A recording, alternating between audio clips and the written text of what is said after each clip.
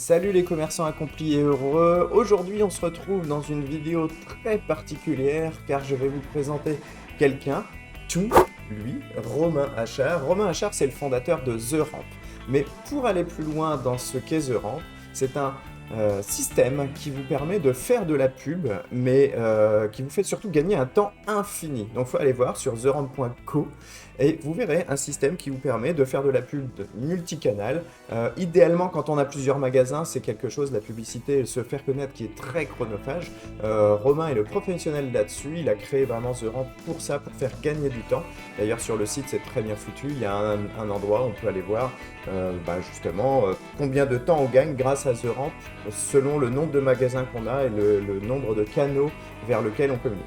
En attendant, cette vidéo est très particulière car je vous présente The Ramp très rapidement. Je vous laisserai voir dans la description pour aller en lien. Il y a un article sur le blog bien entendu à ce sujet, mais surtout, Romain a eu la gentillesse de m'inviter dans Local Mania, qui est son podcast vidéo. Et je vous propose de revoir aujourd'hui la vidéo d'enregistrement où on parle d'astuces pour le commerce, où on parle de choses réelles à mettre en place tout de suite dans un commerce pour gagner plus, pour vendre plus. Et surtout, on parle de ces méthodes qui permettent du e-commerce, qui permettent de faire marcher un commerce de proximité.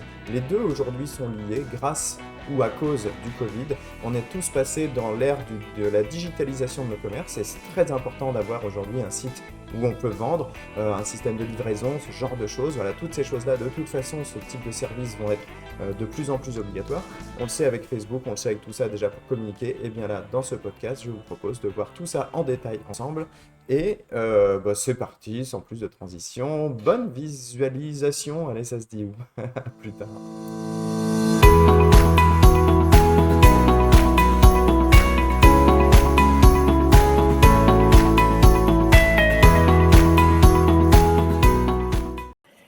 Eh bien bonjour, on se retrouve sur Local Mania. Alors une grande nouvelle, on a changé de locaux chez The Ramp. Donc on est dans notre nouvelle salle dans laquelle je ferai mes prochains webinars. Donc voilà. Et je suis très content de recevoir Cédric Gauthier, qui est le fondateur d'une newsletter qui s'appelle je suis commerçant.fr. Il va tout nous raconter, qui a un parcours de ouf. Et avant de démarrer, je voulais remercier Jean-Baptiste Duquesne, le fondateur de 750 grammes, qui nous a mis en relation et qui m'a dit « Mais Romain, il faut absolument que tu vois Cédric, ça va matcher et vous allez faire plein de choses ensemble. » Et donc, la première, c'est ce nouveau webinar de Local Mania. Alors, bonjour Cédric, ça va ? Salut Romain, ça va très très très bien. Non. Bon, écoute, ça me fait très plaisir de te recevoir car vraiment, à la fois quand on a échangé et à la fois quand je lis tes newsletters, il y a un côté zéro bullshit, 100% bon sens qui sort de tous tes propos.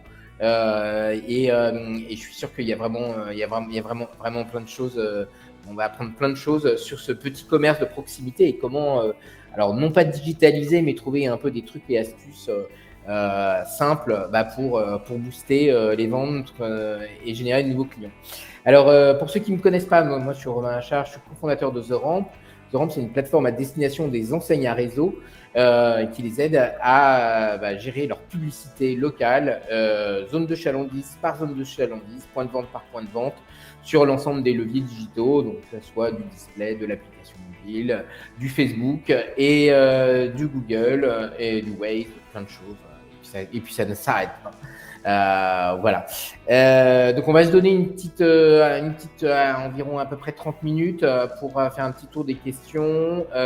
Sur le côté, vous avez un petit chat si vous voulez poser des questions.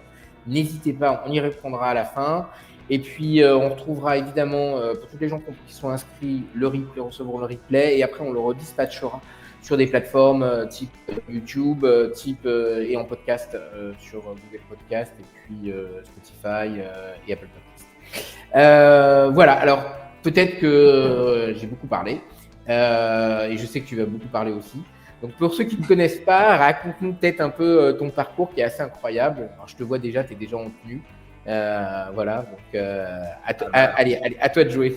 C'est l'image de marque, hein, tu vois, il faut quand même garder la tenue un petit peu. Alors mon parcours incroyable, je sais pas, mais en tout cas atypique dans une profession artisanale, ça c'est clair. Ce qu'il faut comprendre, c'est que moi au départ, je suis boucher, mais je me destinais pas du tout à ce métier. J'ai un état d'esprit très scientifique. J'avais le choix entre vétérinaire ou astrophysicien. C'est à peu près mes deux envies. Alors, vétérinaire, je suis tombé vachement loin en étant boucher parce que du coup, je les avais morts à découper et j'aurais dû les avoir vivants. Il y a un moment où ça a vrillé, ça a un peu foiré. Ça a foiré à cause d'une chose, c'est que moi, à l'école, ça se passait très bien, mais je m'ennuyais. Alors, je m'ennuyais pour plein de raisons, mais voilà, c'est quelque chose qui n'était pas très motivant. Et mes parents étaient bouchers. Mon père, il avait 14 boucheries à l'époque, donc dans Reims, Reims et sa région. Et pour avoir de l'argent de poche, il fallait travailler. Et je me suis retrouvé à partir de 11, 12, 13 ans dans les labos à fabriquer des saucisses et tout. Et contrairement à l'école, il y avait quelque chose de sympa dans les labos, c'est qu'on se marrait bien. Et on faisait un travail dynamique, fort, pulsé et tout. Et en fait, c'était super agréable. Donc voilà pourquoi à 16 ans, plutôt que de partir vers un cursus scolaire plus classique et pour moi plus ennuyeux, finalement, je me suis dit, bah, et la boucherie, pourquoi pas. Et à vrai dire, les 2 premières années, c'est compliqué. C'est un CAP, on bosse beaucoup, on bosse comme des ânes et c'est pas très motivant intellectuellement à ce moment-là pour moi parce que j'apprends beaucoup de choses, des concepts, tout ça, du commerce et tout, mais je piche pas encore à ce moment-là l'intérêt intellectuel qu'on peut amener en fait dans un métier artisanal. Je fais un BP et là, le BP, je le fais à l'école des métiers de la viande à Paris. Donc j'étais toujours à Reims, mais je faisais le voyage. Et là, je rencontre un de mes mentors dans ce métier qui s'appelle Xavier Cavaignac, qui est meilleur ouvrier de France maintenant. Et ce mec, c'est un technicien du métier, mais à très haute dose, où il va nous expliquer qu'une petite coupe peut se biaiser pour avoir tout un tas d'avantages. Et c'est un taré de ce métier. D'un seul coup, il me raccroche parce que, tiens, voilà de la biologie. Ah, esprit scientifique, je suis vachement content, j'ai des trucs qui me font palpiter un petit peu. Et tiens, du commerce avec tout ça. Et là, ça devient intéressant le commerce parce que c'est du marketing, le commerce. On doit séduire un client, on doit lui expliquer qu'il a un problème et qu'on a une belle solution. Enfin voilà. Et tout ça devient assez sympa. Et juste comme ça, c'est ce mentor qui t'a redonné la flamme en fait. Ah ouais, clairement. Ouais. Clairement parce que il était vraiment intelligent, vraiment passionnant quand il parlait. Et, il allait très loin dans les détails et en biologie et tout ça. Et ce métier, en fait, on peut s'amuser vraiment très loin dans le côté scientifique. Et moi, j'ai une fibre de vendeur. J'adore ça. Enfin, il y a quelque chose où on me propose un produit et quand il s'en va, il y a quelque chose de palpitant. Je me souviendrai toujours de la première cliente que j'ai servie où j'étais total en stress, on est gamin et tout ça. Et au final, ça s'est bien passé, parce qu'elle était gentille, j'ai été lui faire la bise et elle m'a mis le pied à l'étrier très sympathiquement. Ah ouais, direct quoi. Ouais, bah oui, c'est sympa le commerce de proximité pour ça. On peut faire la bise aux clientes. Alors maintenant, avec Covid, on tape les coudes, mais c'est autre chose. Bref, et sur ce passage-là, après le BP, je pars en Haute-Savoie et je travaille très vite à Genève. Et je travaille dans une très belle boucherie, très luxueuse. Alors moi, au départ, quand j'étais chez mon père, on faisait de la boucherie où on avait énormément de débit. Et là, je tombe dans une boucherie et je voulais essayer ça, une boucherie très luxueuse. Et je tombe sur une deuxième personne importante pour moi qui s'appelle Alain Broniman, un vrai Suisse-allemand avec qui on se retrouve dans une espèce de rigueur absolue. On ne supportait pas qu'une erreur sorte de ce magasin. C'était pour nous la satisfaction du client, c'est un truc mais qui était débile à la Jeff Bezos quoi. C'est-à-dire c'est vraiment ça le plus important et basta. Et le reste faisait succès. Quelques années passées avec lui, on s'amuse bien, on devient pote et j'achète mon premier magasin à 26 ans à Genève toujours. Avec toutes les difficultés que ça a d'être un petit Français et d'acheter un magasin ailleurs. Et je me dis, j'achète un magasin de quartier très populaire, très mal tenu à mon sens, un peu crado, un peu vieillissant et tout ça. Et je me dis, si j'importe mon savoir-faire très technique, pointu dans ce magasin-là et un peu luxe, je vais cartonner. Donc, je me plante, mais littéralement.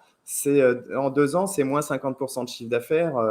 Les factures commencent à être dures à payer et tout ça. Je bosse comme un con et je ne comprends pas. J'en veux aux clients. Ils ne comprennent rien, c'est des cons. Enfin, voilà. Et finalement, je revends le magasin très vite parce que j'ai un appel de l'école des métiers de la viande, de mon ancien prof de gestion, Luc, qui me dit bah, écoute, on cherche un formateur. Je me souviens que tu étais un bon élève, c'était cool. Et si tu veux nous rejoindre. Et hop, Paris, magasin revendu en 15 jours, très rapide. Et je me retrouve avec celui qui était mon mentor, qui devient mon collègue et ami, Xavier Cavaignac, donc, et un autre petit bonhomme qui s'appelle René, qui était un prof de vente lumineux, parce que les pieds dans le terrain, c'est un mec qui a inventé des techniques de vente pour Bacardi à l'époque, quand ils sont arrivés en France, etc. Ouais. etc. Il a un parcours fou. Et lui, il nous explique un truc bête, c'est la proposition, on propose ton truc. Et je comprends, en accédant enfin au vrai marketing, aux vraies techniques de vente, toutes les erreurs que j'ai faites à Genève. Parce que si ça ne marche pas, c'était bien de ma faute, hein, c'était moi le boss. Hein. Et d'un seul coup, ça m'allume une lumière marketing. Et alors là, c'est un feu ardent, quoi. C'est-à-dire que donc, voilà où on peut mettre l'intelligence. Dans le marketing, comment on fait venir des clients et pourquoi ce magasin qui ne marchait pas à Genève pour moi avait si bien cartonné pendant 40 ans, c'est justement parce qu'il était très simple, peut-être un peu crado, mais en tout cas, l'image de marque de ce magasin, c'était pas cher et les gens venaient chercher un produit sympa et pas cher. Et moi, j'ai fait un produit sympa, mais luxueux, alors que je n'ai pas changé les prix. Et bref, mon branding était foireux, quoi. Donc voilà. Et donc voilà, ça m'amène finalement une année de formateur là-bas, où là j'apprends un métier qui est le mien de cœur, clairement. Je me suis trouvé là-dedans.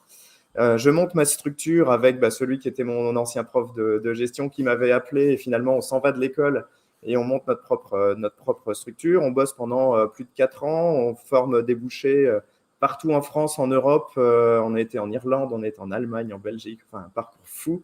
On s'est retrouvé à découper des agneaux au milieu de Vulcania, dans le cratère du volcan, enfin des trucs un peu barrés comme ça. Vraiment drôle. Et finalement, petit à petit, mon père veut partir à la retraite, me rappelle, et j'arrive à Reims où je rachète ces 2 magasins. C'était 2 magasins, un dans un ED, puis un petit à côté. Et moi, très vite, en fait, je récupère un très gros local, 600 mètres carrés. Et je mets les 2 magasins et les 2 équipes dans un seul endroit très grand, où on avait boulangerie, boucherie, traiteur, tout. Et surtout, une pièce centrale à la Ikea pour que les gens fassent un circuit. Et c'était important dans mes techniques de vente. Et cette pièce centrale au milieu, c'était une cuisine de démonstration où j'avais un cuisinier qui faisait du traiteur toute la journée. Et donc, on avait des bonnes odeurs et tout. Il donnait des conseils et tout. Et ça, c'est assez unique. Et les gens rentraient d'un côté, ils sortaient de l'autre. Donc, tu avais une espèce d'îlot central, un peu genre live, préparation en live, qui ouvre la partie. Et après, tu circulais et tu faisais et les gens, du coup, on les obligeait à la Ikea à passer par un chemin où nous, très intelligemment, on mettait nos besoins de vendre, etc. Et ce magasin-là, pour le faire marcher, donc j'ai doublé le chiffre en 3 ans, donc on est passé de 700 et quelques mille à 1,5 million de chiffre d'affaires, grâce à une seule chose en réalité, la plus importante d'une entreprise, mais la plus méconnue des artisans, c'est le fichier client. Le fichier client que j'ai bâti, construit, et on a envoyé de la newsletter, du SMS, du Facebook. Et là, je te parle de ça, on est en 2012-2013. Facebook, c'est fabuleux. On met 10 balles sur Facebook, on a 50 personnes qui rentrent dans le magasin. C'était génial. Maintenant, c'est plus comme ça.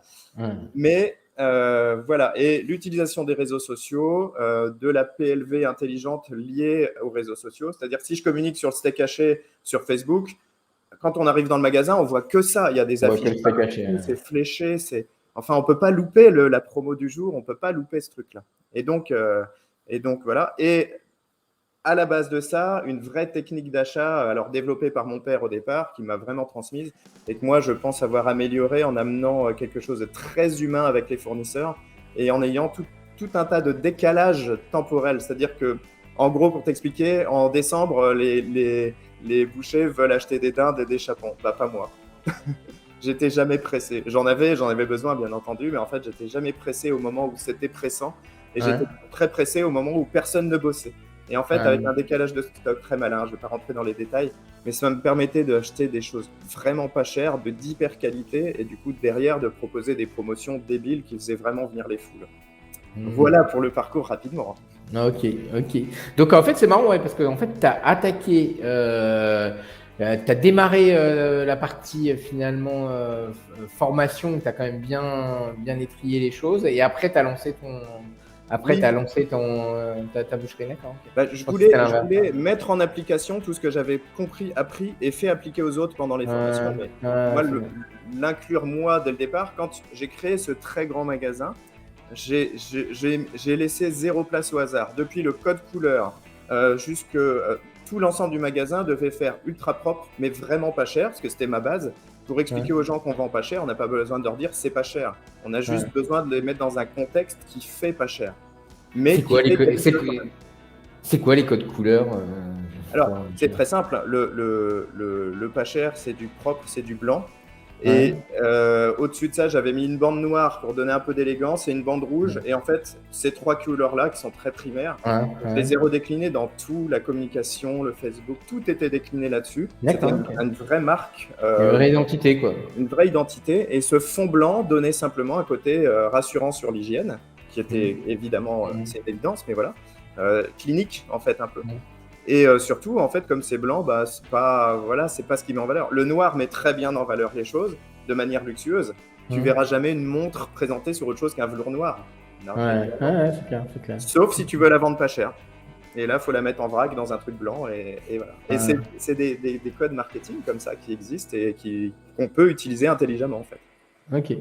Et quand on a un peu préparé le dossier, tu m'avais dit, parce que moi j'ai pas mal de gens d'enseignes à réseau qui nous accompagnent.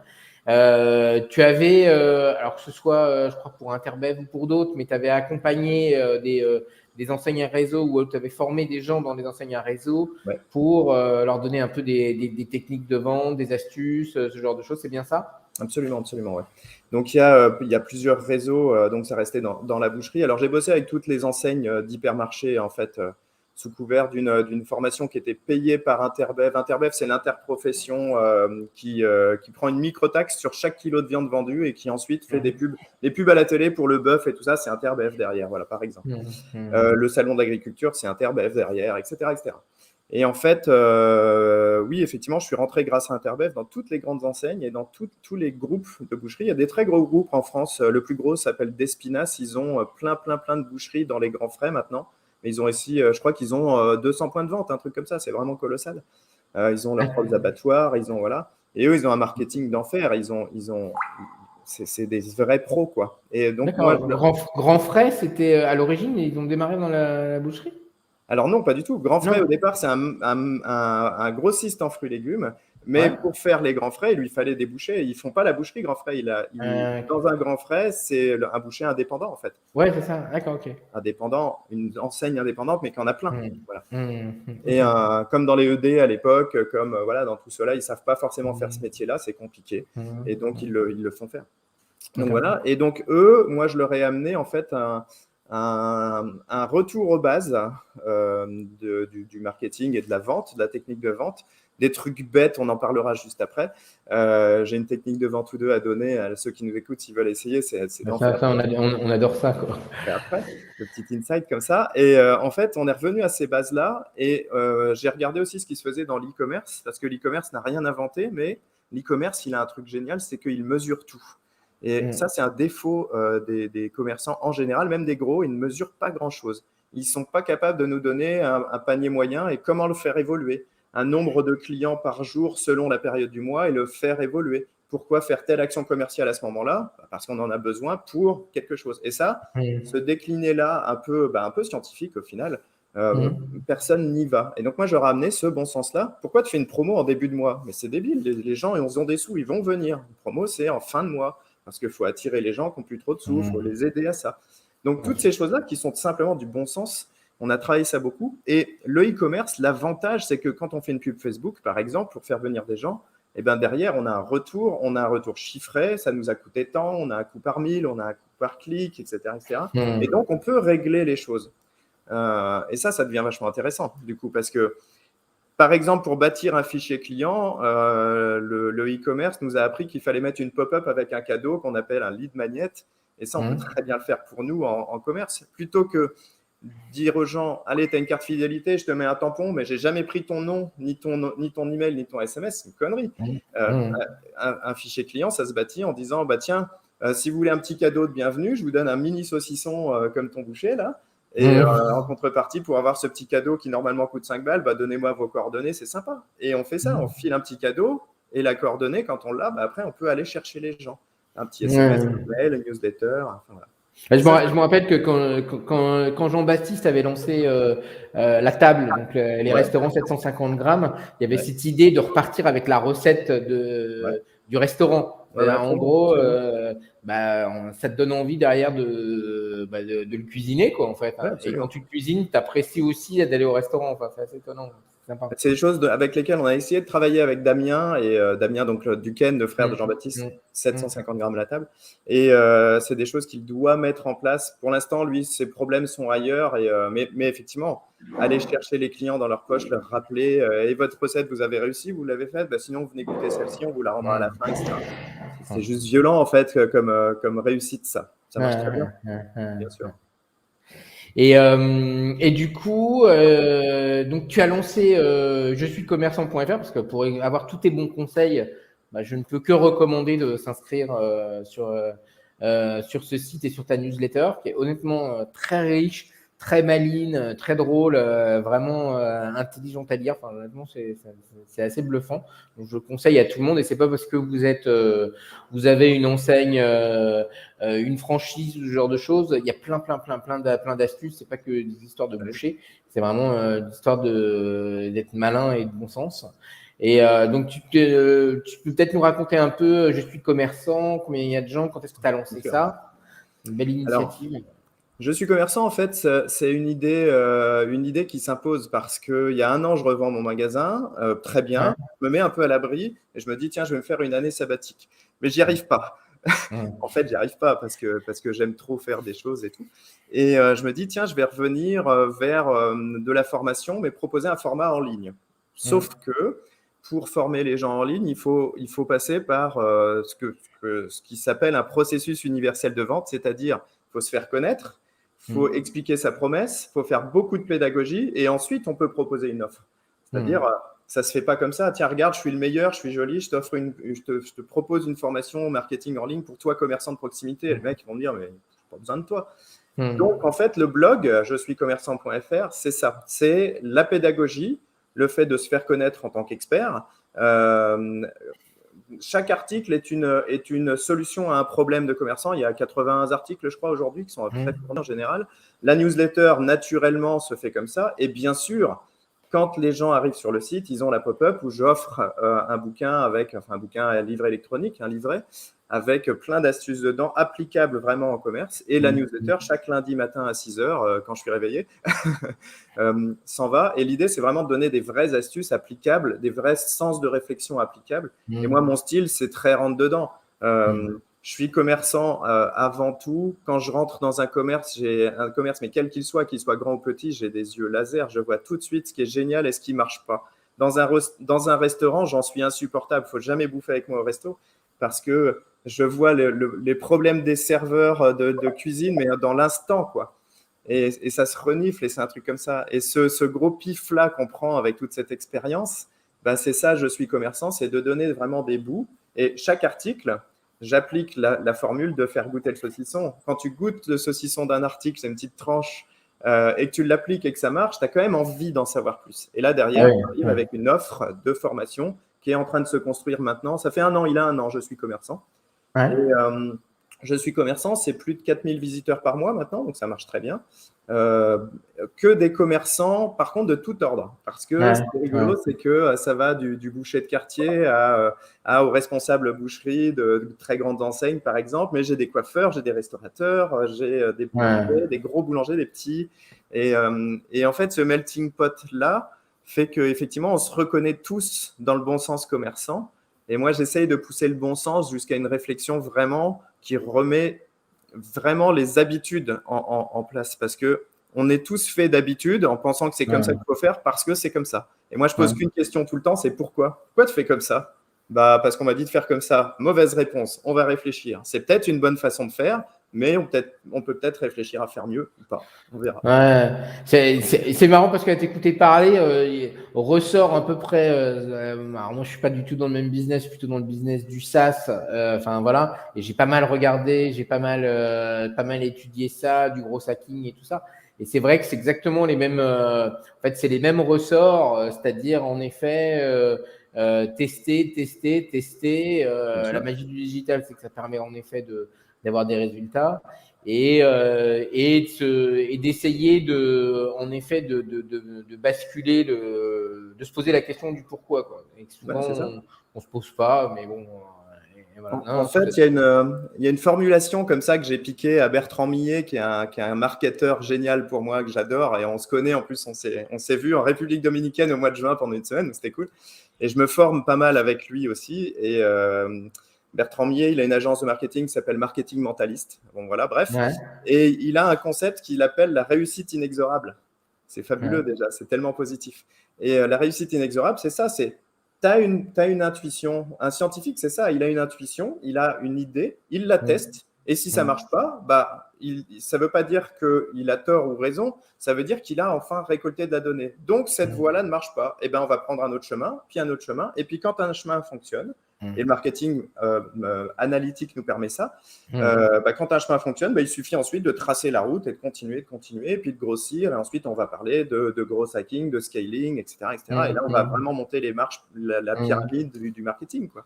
mm, Et la mm. réussite inexorable, c'est un truc en commerce de proximité qui est une évidence. Tu essayes un nouveau produit, t'en parles, tu fais l'apologie et tout ça, il marche pas. Bon, pourquoi il marche pas? On se pose cette question pourquoi, on pose la question au client pourquoi pas. Et puis Mm. ensuite, on le déplace dans le temps, dans le magasin, dans notre communication. Et une fois qu'on a Mm. tout essayé, s'il ne marche pas, c'est qu'en fait, il n'y a pas de besoin, on l'abandonne, on en trouvera un autre. Mais tout ça Ouais. nous amène des produits vedettes, en fait, très créatifs, très malins. Si on a cet état d'esprit, c'est juste tout le temps qu'on est dans la création et dans la validation de nos créations. Ouais, et puis il y a un truc qui est assez fort, je trouve. Enfin, c'est pour ça que moi j'aime bien aussi, j'aime bien ce que je fais en ce moment parce qu'en finalement on est faire de la promotion de sites e-commerce, c'est sympa, mais faire de la promotion de points de vente réels, physiques, avec des vrais gens, avec des vrais vendeurs, je trouve ça génial. Oui, C'est qu'en fait, quand on teste, on peut demander aux personnes, quoi. Je trouve souvent, absolument. en e-commerce, finalement, on va essayer de déduire, on va essayer de faire des modèles prédictifs, mais il faut de la data, il faut du monde, enfin bon, voilà. Et puis des fois, les gens, ils le disent pas, en fait, hein. Donc, et là, en fait, quand on les a sous la main, pourquoi une offre a marché, est-ce qu'ils ont été contents? Enfin voilà, c'est vrai que c'est un truc qui est, c'est Absolument. ce NPF, des fois, NPS, des fois qu'on qu'on nous impose à chaque achat, qui est une manière de quantifier la satisfaction, là, elle peut être réelle et en vrai, quoi. Ouais, et puis au-delà de ça, c'est très pragmatique. Un produit se vend Mm, pas, donc mm, tant pis, les gens en veulent pas. Point. mm, C'est mm, tout. Tu vois, mm, t'as même pas mm, besoin de leur poser la question. Ils te la donnent, mm, la réponse. C'est comme mm. tu sais, les questionnaires en ligne et tout ça. Personne ne répond jamais à un questionnaire En dans vrai, la ouais, c'est réalité. vrai. Ça n'existe Mm, pas. Les mm, gens ne savent pas ce qu'ils veulent. Par contre, mm, quand ils te l'achètent, c'est qu'ils ont compris, qu'ils ont pigé que ça allait résoudre un problème de manière originale. Et du mm, coup, quel était leur problème? Ça, c'est le job du marketeur, c'est de comprendre à quel problème répond son produit, en fait. mm, Une mm. fois qu'il a pigé ça, logiquement, il va le vendre, hein. Ok.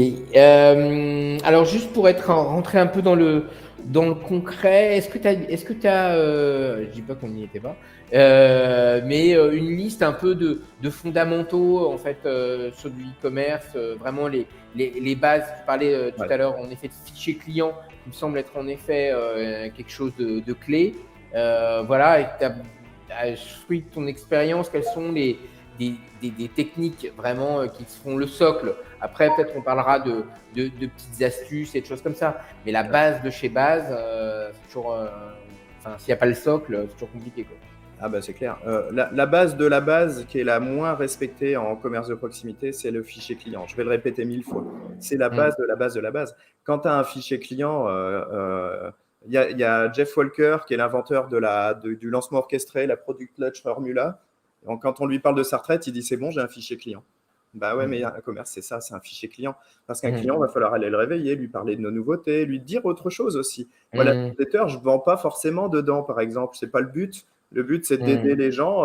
Tiens, il commence à faire froid, pense à, je sais pas, changer ta coupe de cheveux. Enfin, le coiffeur, il a tellement de choses à dire aussi. Enfin, voilà. Tout le monde a quelque chose à Mm. dire d'intéressant sur son métier ou pour ses clients.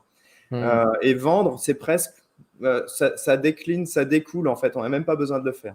Ça, c'est la base. L'autre base très importante, c'est la pub. Et Mm. c'est con à dire, mais les gens n'ont pas compris que pour se faire connaître, le bouche à oreille ne marchait pas.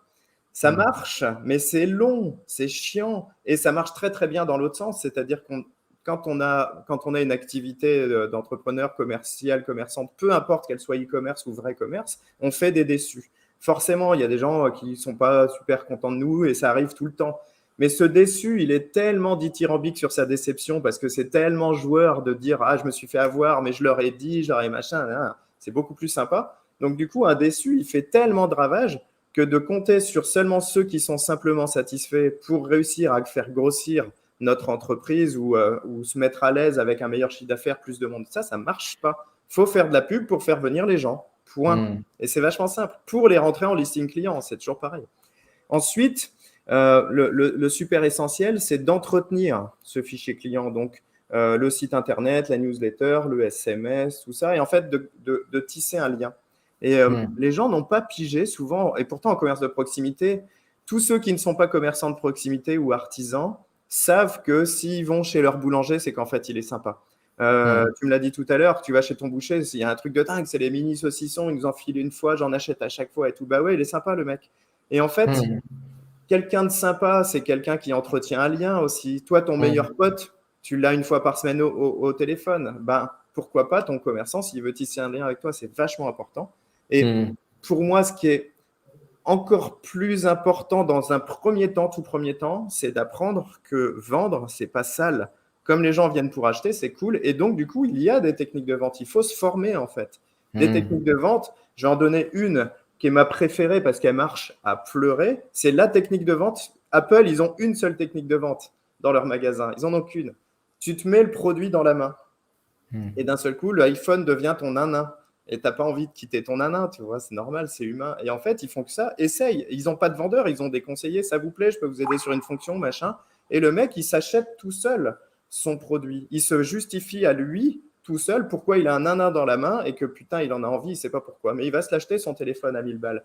Et c'est juste une question de temps. Et ça, nous, en commerce de proximité, c'est génial parce que t'imagines un coiffeur qui t'accueille, t'as pris rendez-vous et t'es une belle blonde avec des longs cheveux. Et lui, il a préparé son poste de travail avec un produit pour délissant ou lissant pour les cheveux blonds, le peigne qui va bien, la brosse, le machin. Et puis pendant qu'il est en train de coiffer la nénette, elle a ça devant son truc. Et puis lui, s'il n'est pas con, ce coiffeur, il va dire ah bah tiens, vous qui avez des beaux cheveux, nanani, tiens, regardez ce produit, il lui met dans la main. Il n'a rien d'autre à faire. La vente est faite. Dans 80% des cas, un produit dans la main fonctionne. C'est un truc de dingue. Et moi, je le faisais faire à mes bouchers. Tu achètes une côte de bœuf, tu as la bouteille de vin qui tombe dans la main du client, on lui file comme ça. Et quand en plus on te tend quelque chose, tu as envie de le prendre. C'est tellement humain. Ouais, c'est logique. Et celui qui ose reposer la bouteille, pour lui, c'est une difficulté. Il a une boule au ventre de reposer le truc parce que lui, ça le fait chier. Il avait un truc bien et j'ai pas les sous, je le repose. Puis nous, c'est pas grave, tu le reposes, redonnes, tranquille. De toute façon, dans 80% des cas, on fait la vente. Et ça, c'est 20% de chiffre d'affaires à marge, à tous les coups. Augmenter 100 clients de plus. On ne peut pas se passer de la vente additionnelle, c'est pas possible. Ça, c'est c'est malin. Alors oui, quand j'ai préparé le dossier, après je commençais à m'inscrire à tes newsletters. Il y avait un truc que j'ai trouvé assez marrant, c'est sur les vitrines et les étals, qui en effet est assez, qui est du bon sens, c'est-à-dire le fait de faire bien préparer sa vitrine. Ouais. Pour les métiers à vitrine, les bouchers, les boulangers, les pâtissiers, ils adorent faire beau. Et ils adorent ça. Quand c'est bien aligné, bien droit, bien net, ils adorent faire beau. Moi, j'ai ma meilleure amie qui bossait avec moi, qui était la chef de mes équipes. Là. Elle, c'était une rectiligne. Quand elle me mettait tous les pots qu'on peut avoir sur le dessus d'un rayon, les petits pois, les machins, elle me faisait des trucs rectilignes. Elle disait « Ah, regarde, c'est beau, c'est bien rangé, c'est net. » Ouais, mais c'est mort. Hein. Le rectiligne, c'est un électrocardiogramme plat. Ça ne marche pas. Donc, j'ai fait la semaine dernière le tour des très bons pâtissiers parisiens, chez Michalak, chez Grolet, chez tous ces grands pâtissiers-là, chez Hermé, etc. Et ils ont tous ce défaut, étrangement. Alors, ils vendent beaucoup, ils n'ont pas besoin de faire mieux, tout va bien, ils ont de belles réputations, la renommée est là. Mais ils ont tous ce défaut, c'est qu'ils nous présentent les gâteaux rectilignes. Tac, tac, tac, tac. Ouais, mais ils ont quoi à vendre? Tout. Mais ça n'existe pas dans un produit frais. On a forcément des priorités. Un fleuriste, il a une fleur qui est là depuis 3 jours, il faut qu'elle dégage. Si elle n'est pas mise en lumière plus que les autres, comment le client il comprend? Et donc, moi, ce que je propose, c'est que, en fait, on aménage nos rayons chaque jour. Et nous, on faisait des changements matin et après-midi avec des endroits où c'est très aligné. D'un seul coup, ah, tiens, un plat rond, et surélevé, et éclairé, et avec une étiquette différente, et en fait, d'un seul coup, les rayons sont vivants. C'est toc, il se passe un truc, toc, il se passe un truc. Et les clients, on le voit, ça marche très très bien. C'est-à-dire qu'ils se baladent, ils n'ont rien à regarder parce que c'est compliqué, une offre, quelle qu'elle soit, chez un poissonnier, chez un boulanger, chez un machin, c'est compliqué, il y a plein de choses. Et d'un seul coup, hey, produit du jour. Ah putain, il m'a fait du bien, il m'a aidé à acheter. Il m'a aidé à soulager mon problème. Et ça marche très très bien parce que si en plus on est congruent, c'est-à-dire que notre pub Facebook va dans ce sens, notre newsletter va dans ce sens, notre SMS va dans ce sens, machin, comment on fait quand on est client pour ne pas acheter le produit alors que nous, on ne l'a même pas dit en fait, on l'a juste mis en valeur plein de fois. Le mentalisme fonctionne comme ça. J'ai une base magicien comme ça. Et si tu veux si tu t'as fait attraper par un mentaliste dans la rue qui te dit « Donnez-moi une chanson très vite », pouf, et d'un seul coup, il te sort un papier, il te dit bah, « Je l'avais prédit ». En fait, il t'a suivi pendant 1 heure et il y a une sonnerie de portable avec cette chanson. Dans un magasin, on l'a mise, etc. Et toi, tu t'es pas rendu compte, tu l'as entendu. Mais d'un seul coup, c'est celle qui est venue. Et le commerce, c'est vraiment ça. C'est on t'a mis un petit bout là, un petit bout là, un petit bout là, et d'un seul coup, ça devient évident, c'est ce produit-là qu'il te faut. Non, mais c'est. Faire beau est une erreur. Faire beau, c'est une conséquence d'un travail. C'est la dernière, c'est la cerise sur le gâteau. Mais ce qui est important, c'est le gâteau, c'est pas la cerise. Si en plus on fait beau, super, mais tous les commerces n'ont pas besoin d'être beaux. Ils ont par contre tous besoin de vendre des priorités. Que ce soit un marchand de fringues ou un boucher, on a des priorités de vente, c'est obligatoire. Très clair. Et t'en as d'autres des petits hacks comme ça? Alors, ce ne sont pas des hacks. Alors, si je reste sur le rayon, en fait, j'ai une analogie là-dessus, c'est que le rayon, c'est le scénario. Le magasin, c'est le scénario d'un film. Et on a un héros, un second rôle, un troisième rôle, qui sont des produits vedettes, bien sûr. Ça veut dire ce que ça veut dire. Hein. On les met sous les projecteurs, ça veut encore dire ce que ça veut dire. Et donc, qu'est-ce que je fais faire à mon héros? Qui est mon héros aujourd'hui? Où je le mets? Devant quelle caméra? Devant quel machin? Et en fait, ça, quand on analyse son rayon le matin comme ça ou son magasin comme ça, on se dit bon, j'ai besoin de vendre ça. Donc, mon héros, c'est le besoin. Et donc, comment je le mets en lumière pour que mes spectateurs comprennent tout de suite que c'est lui le héros, que c'est lui le Schwarzenegger du film, tu vois, et que globalement, ils n'ont pas envie qu'il meure tout de suite. Il faut qu'ils le prennent chez eux pour que, tu vois, pour qu'il ait ses aventures. Et en fait, cette analogie-là marche toujours très, très bien. Dans les commerçants, ils me disent « Putain, je n'avais jamais vu comme ça. » Bah ouais, tu n'avais jamais vu comme ça, mais parce qu'on ne t'a pas appris non plus. Voilà. Et donc, en hack, c'est comment on attire l'attention finalement. Ça reste la base marketing de trucs. Alors, si tu veux un hack très précis, allez, je vais t'en donner. Je vais t'en donner 2 des exemples que je mets en place tout le temps, que j'ai mis en place des dizaines de fois, qui marche très bien. Il y a le hack en rayon, en magasin, c'est l'affiche à l'envers. Tu écris une affiche, une PLV, et tu la fous à l'envers. Et tu as tous les gens qui arrivent, font toc. Dis donc, vous avez mis l'affiche à l'envers, vous avez vu? Ouais, j'ai vu. Vous avez vu ce qui est écrit dessus? Ouais, vous avez une promo sur. Voilà. C'est tout. C'est tout con. Tu vois, tu changes un code, tout bêtement. Ah, c'est marrant. L'affiche plastifiée est collée par terre. Et ça, les gens, ils arrivent, ils marchent dessus, ils regardent, ils lisent, et puis ils essaient de la ramasser, mais elle est collée. Donc voilà. Ah, votre affiche, elle est par terre. Ouais, vous avez vu ce qu'il y avait dessus? Ok, tout va bien. C'est tout con. Donc voilà. Et après, on peut décaler aussi les codes. Moi, j'ai fait beaucoup ça parce que je suis très, très joueur. J'avais fait à l'époque une chipolata à base de gingembre et tout ça qu'on avait appelé la chipephoria. Donc voilà. Et toute la communication autour de ça, c'était c'était un peu sexuel, mais très, très, sensuel en tout cas, sur tous les couples possibles. Donc hétéro, gay, homo, gay, lesbien, vieux, jeune, mixte. Et toute la communication sur les étiquettes de la chipophoria, il n'y avait pas une chipo, il n'y avait pas son nom, il y avait un couple, un mec bodybuildé avec une toute petite, etc., etc. Et les gens, ils tombaient dessus. Et alors, ce qui est génial dans ce genre de communication, c'est qu'il y en a qui crient au scandale et il y en a qui trouvent ça génial. Mais c'est pas assez. Ça laisse pas. Alors, t'as pas de haters, quoi. T'as plein de haters, mais c'est génial. De toute façon, c'est pas tes clients. Tout va bien. Et c'est tout bête. C'est tout bête.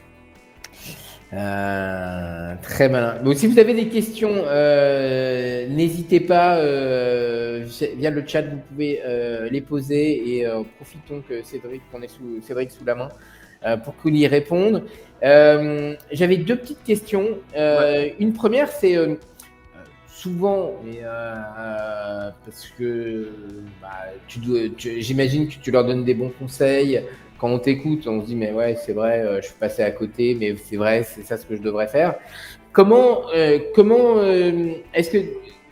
tu les aides à organiser leur temps pour en effet faire du digital? C'est-à-dire, c'est bien beau des fois de faire de la pub, mais moi c'est vrai que souvent on se retrouve nous avec des points de vente qui disent ouais mais moi je peux pas tout faire quoi. Enfin, à un moment donné, j'ai pas le temps quoi. Et alors que des fois, si tu es bien organisé, c'est pas si compliqué quoi en fait.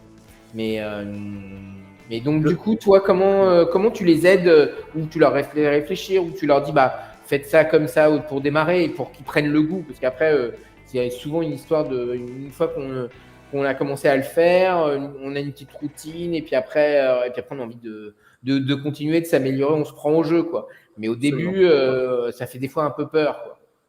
Alors, le temps, c'est l'excuse facile et réelle. Moi, je le fais toujours quand j'arrive chez quelqu'un et d'ailleurs, il faut que j'inclue ça dans toutes mes formations en ligne au début. Je fais un exercice qui m'avait été présenté par Fabien Olicard, qui est mentaliste, qui fait des spectacles partout. Ouais, je vois, très bien. Ouais, et il est cool, Fabien Olicard. Et en fait, lui, quand il a commencé l'entrepreneuriat, il a eu l'occasion de faire un stage chez YouTube en Angleterre. Et c'est eux qui ont enfin inventé ça. Et cet exercice en 3 étapes permet aux gens, par un décliné un peu sympa, je crois que j'ai un article sur le blog d'ailleurs, calculer votre vrai temps, votre vrai coût du travail, un truc comme ça s'appelle. Bref, c'est facile à trouver. Et en fait, en trois exercices, les gens se rendent compte d'un truc, c'est combien il se coûte, combien il coûte, et surtout combien il devrait se rapporter. Et en fait, à la fin de l'exercice, si le mec il dit bah moi je coûte par exemple 25 € de l'heure à l'entreprise, tout ce qui ne rapporte pas les 25 € de l'heure, je ne dois pas le faire. Tout ce qui rapporte plus que 25 €, c'est mon boulot. En réalité, quand on fait ce truc-là, moi je l'avais fait pour moi-même à l'époque dans mon magasin. Moi, tout ce qui était sous les 100 € de l'heure, il fallait pas que je le fasse. C'était pas moi à faire. Ça oblige à déléguer parce qu'en fait, tout ce qui pouvait rapporter plus, c'est-à-dire la communication, ça rapporte plus que 100 € de l'heure à celui qui le fait bien.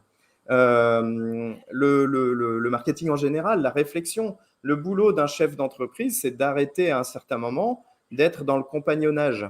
Le compagnonnage, c'est celui qui fait pour celui qui dirige, et souvent il fait les deux. Il est celui qui dirige et celui qui fait le compagnon. Mais non, c'est la maîtrise, le chef d'entreprise. Lui, c'est la tête pensante. S'il ne fait pas son boulot de tête pensante, s'il est que les mains dans le cambouis, il ne peut pas se rendre compte, lever sa tête du guidon.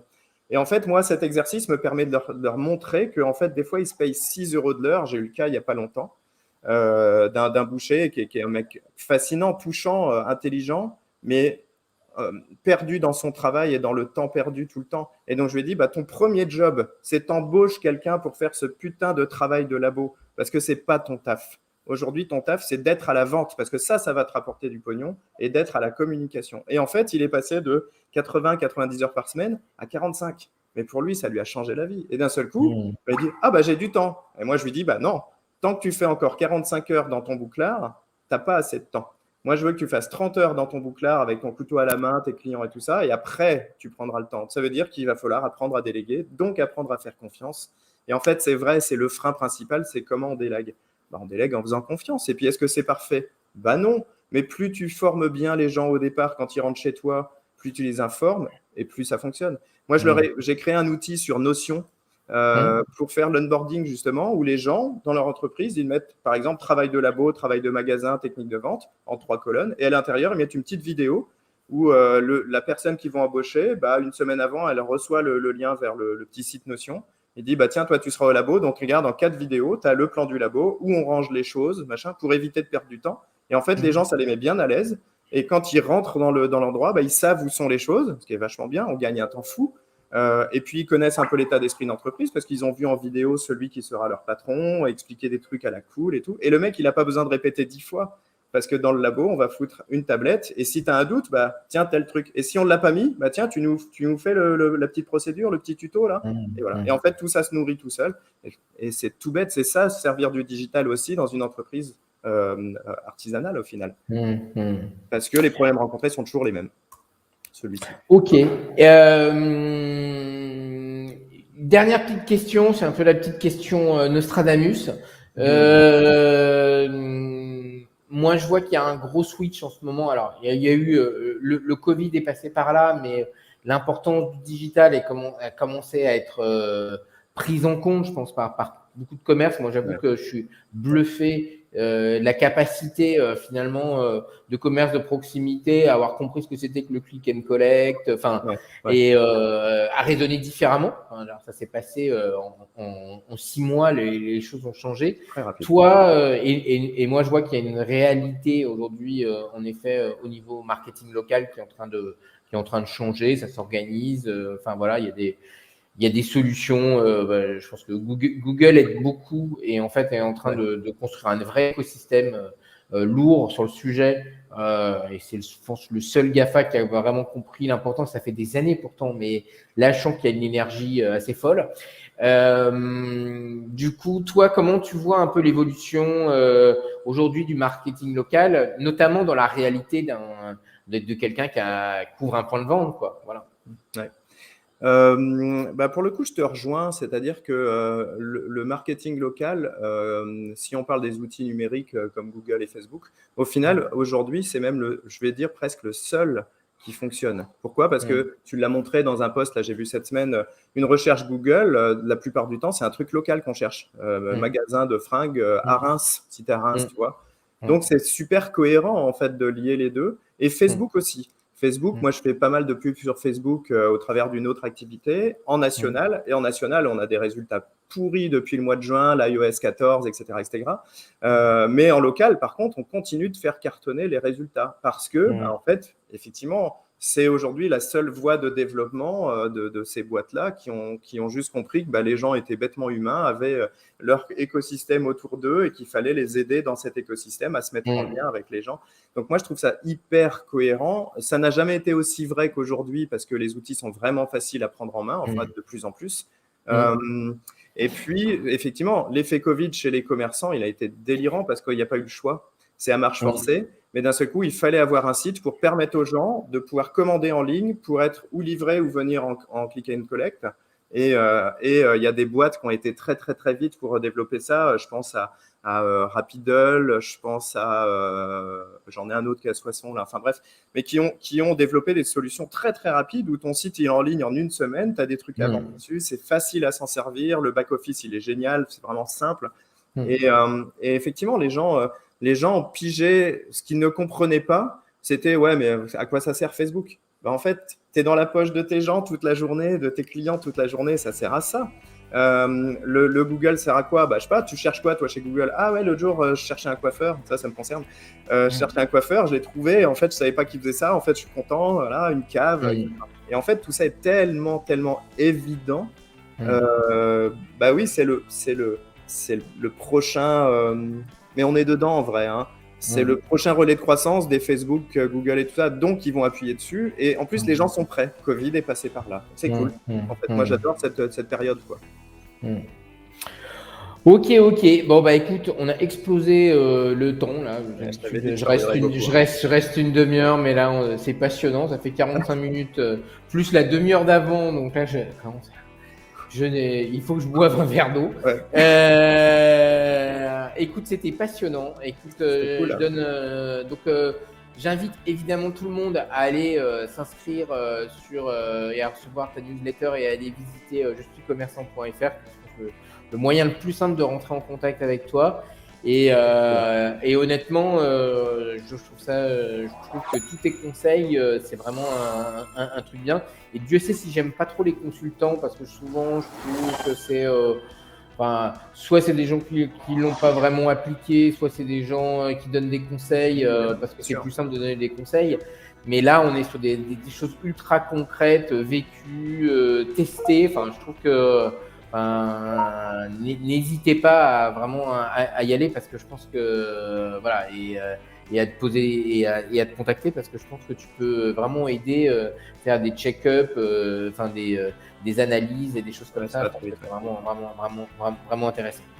Bon, et écoute, merci beaucoup. En tout cas, c'était génial. Et puis je te souhaite plein de réussite, plein de nouvelles aventures, plein de commerçants à accompagner. Et puis c'est sûr qu'on se recroisera.